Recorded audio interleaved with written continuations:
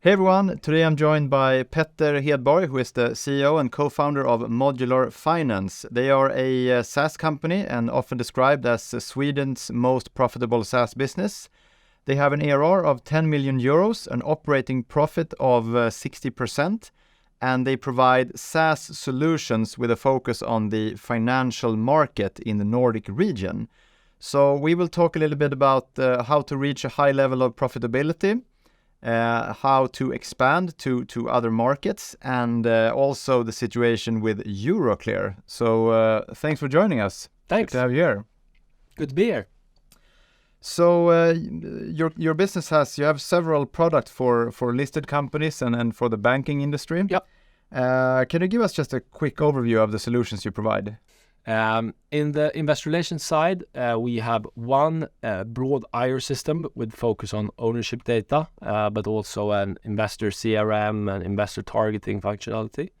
We have one press release distribution tool called MFN, where you send out your regulatory press releases, financial reports, and important news.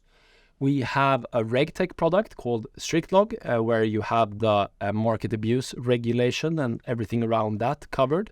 And finally, we have a product called Data Blocks, where we do widgets for more vivid investor relations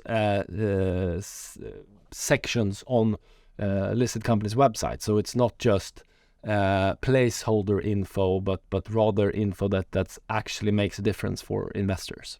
Right. And where did this idea come from as a founder? How did you start the business? It came from me and Måns that founded the company, us being investors ourselves. So we love financial institution informations. We want to be close to the stock market, but not working directly with it.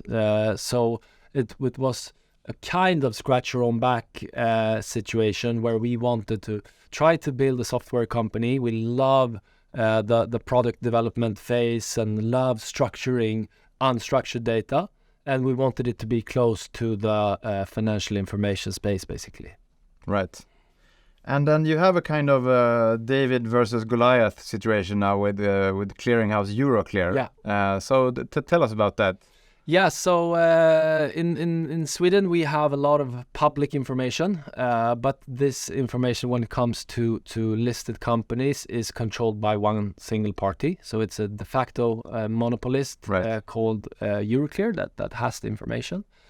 So basically some events led up to them, in our view, limiting both you or your access to this data as a listed company, but also the access of the data for anyone.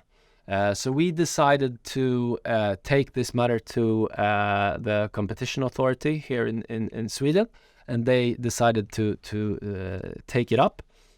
So since October, it's been them having the dialogue and being the counterpart to Euroclear in this. But of course, it's initiated by us, and we try to help Konkurrensverket with all the relevant information. But formally, we're not a part of it since Konkurrensverket took the matter up, basically. Right.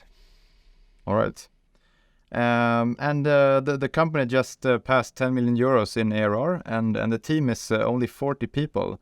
I mean, how are you able to run a business with that level of effectiveness? Yeah, so we actually passed 10 million euros in ARR here during the end of 22. And the answer is, of course, hard to give in just a couple of sentences, but we have a big belief that broad roles in the company where one individual get to do a lot of different things in our specialized and focused field, right, will create roles that people can grow in over a long period of time. I also believe that the fact that we have not raised capital has helped us to get the mentality and the culture that we have to do everything ourselves, right? Because we're not bringing in capital from anywhere else, so it's in our own hands. So I think the answer is probably in all the nitty-gritty details, in in the structural capital in the company, how we communicate, how we structure processes. So a boring answer to a fun result maybe. But I hear often you talking about being like hesitant to growing the headcount. Yeah. Like questioning every new hire. Yeah. So what's your thinking about that? My thinking behind that is just because me as a leader, I think it's so hard when we're becoming more people. I feel that I want to be able to speak with everyone every single day. That has come to a point where I can't, of course.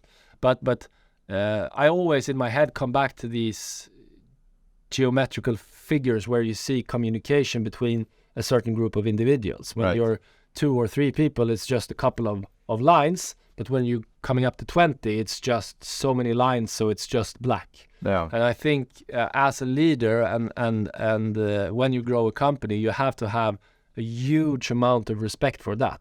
So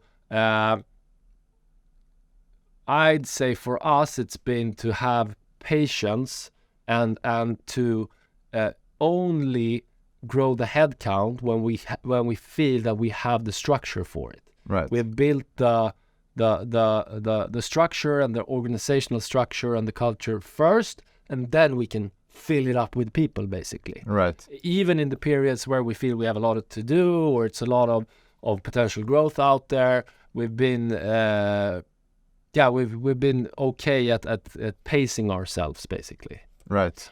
Okay. And I saw you recently tweeted that you have a goal for the next few years to reach 25 million euros in ARR. Yeah, I would say 2 years would be fantastic. But if we do it in 3, 4, or even 5 years, I'm happy with that as well. And that's organic growth. Yeah. Okay. Right. So what do you think? What's the biggest obstacle for reaching that target? We have decided to try to reach that goal by getting our offering out on new markets. So the vast majority of our ARR is still coming from Sweden.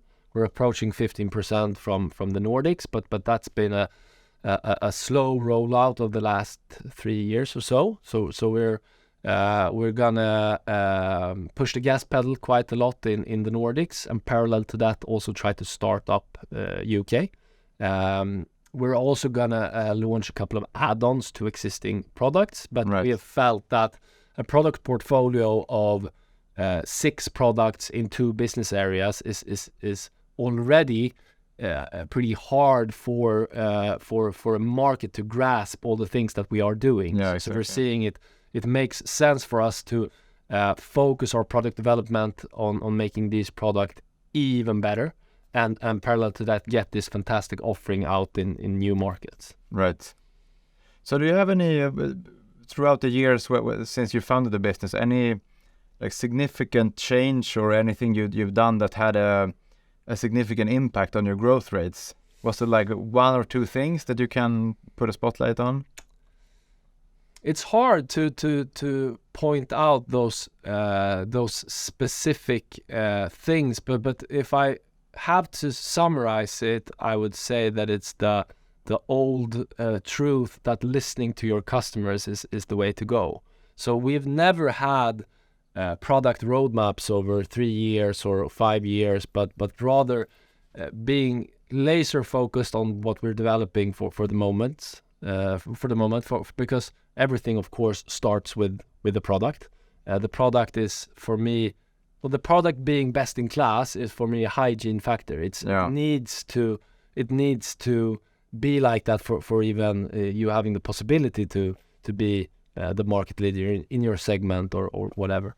But from that, I think that the best advice is to not only say that you listen to the customer, but to actually listen and try to find patterns in what the customers are saying, so you can be proactive in what features or what new products to launch.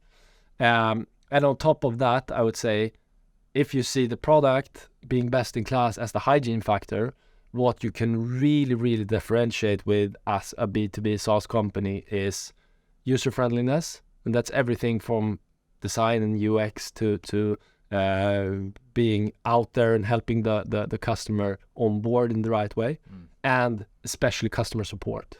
I would say that there's a lot of great SaaS solutions out there, but the customer support is not on par with the product. Right. And being the best counterpart to your customer in the sense of customer support, I think is the easiest way to get really, really happy customers. Right. And with this relatively small team and the revenue you have and the 6 products and so on, I mean, what's key in being able to accomplish everything you need to do every day with such a small team? Recruiting the right people, and for us, it's not been big names on the CV or the most prestigious universities and stuff like that, but rather to really try to like match what we see as our culture. Right. So we need to find people that has a huge work ethic, that are humble, but believe that maybe they don't know exactly how to do something today, but they're open to learning, and also the power of taking things past the goal line. Yeah. So try to recruit people that does not only want to be a part in the puzzle. Of course, they should be that as well, but where they feel that, okay, this area or this task or whatever, I will take it all the way. Right. Because that will make the whole difference, I think. So, same answer that a lot of people gives, but it all comes down to the team, and it comes down to sharing the mentality and sharing the same goals, basically. Right. So you had another company. You founded a company called Introduce before Modular, which was acquired by Remium in 2012. Yeah. So, I mean, that business was started during the financial crisis in 2008, and now we are approaching, or we are in a new crisis. Yeah. So what advice do you have to CEOs and entrepreneurs trying to start or run their businesses within in these times? So if we start with the CEOs that actually run a company already, I would say don't get in the negative loop of just talking about a weak market, because you can always grow. So just forget that it's a weak market and work harder.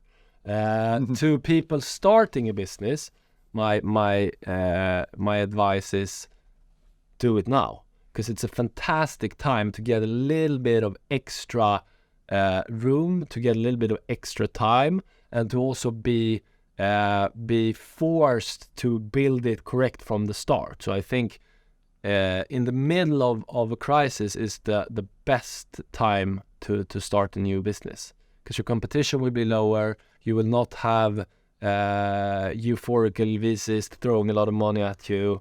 It's a perfect time to start a business, so just do it. All right. That wraps it up. So thanks a lot for joining us. Thanks.